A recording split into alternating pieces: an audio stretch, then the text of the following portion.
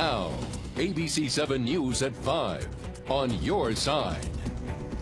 Tonight, French investigators are starting to get some of the audio from the cockpit voice recorder of that plane that crashed in the Alps Tuesday. As we learn, there were 2 Northern Virginia women on board. 150 people died when Germanwings Flight 9525 from Barcelona to Dusseldorf crashed into a mountain. They all hailed from at least 15 different countries. The bulk of them, 72, were from Germany. Another 35 were Spanish. 4 countries had 3 citizens on board, including the U.S. Kevin Lewis live in Prince William County tonight, where Yvonne and Emily Selke live. Kevin? Well, Leon and Allison, this international story, it has become very local, very real for residents along this wooded cul-de-sac. The long blacktop driveway behind me, it leads to the Selke family home. Tonight there are a number of cars parked near the garage, loved ones grieving inside at this hour. Yvonne Selke worked at Booz Allen Hamilton for the last 23 years. She was a government contractor assigned to the National Geospatial Intelligence Agency. Her daughter, 23-year-old Emily Selke, seen in this LinkedIn photo, attended Woodbridge Senior High School, where she graduated summa cum laude in 2010.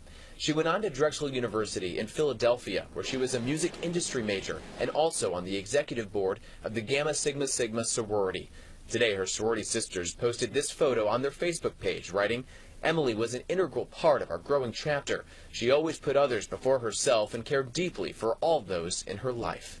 So I'm kind of stunned. Jane Carter has lived in the Selke's neighborhood for 36 years. So I'm still kind of shocked. We're just a small little community. And I'm very sad. It's still unclear why mother and daughter were flying from Spain to Germany. The family home sitting quiet tonight. Live every moment you can. That's the only thing I can say. I'm sure they had no idea that something like this was going to happen. It's a real tragedy, and I hope they find out what happened. And so far, the Selkes have only released a written statement in which they said, "Our entire family is deeply saddened by the losses of Yvonne and Emily, 2 wonderful, caring, amazing people who meant so much to so many." We are live in Nokesville this evening. I'm Kevin Lewis, ABC 7 News. Conflicting information tonight on the investigation of that crash. Earlier in the day, reports were circulating that the cover of the plane's second black box had been found with nothing inside. But investigators later disputed that fact at a press conference. As Ryan Nobles reports now, the French government is promising a full accounting of just what went wrong.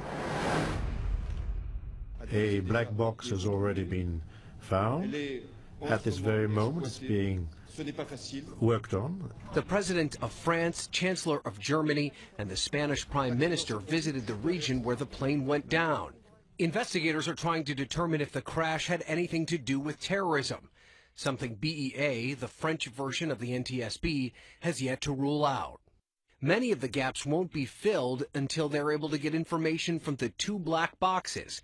The cockpit voice recorder has been found, but badly damaged. We need to know what the pilots were doing, what they were saying, if they were communicating. Meanwhile, the grisly task of recovering the human remains continues high in the French Alps. It won't be easy. It could require DNA checks that may take several weeks. This as the families begin the grieving process, hoping for answers in this terrible tragedy. In Washington, Ryan Nobles, ABC 7 News.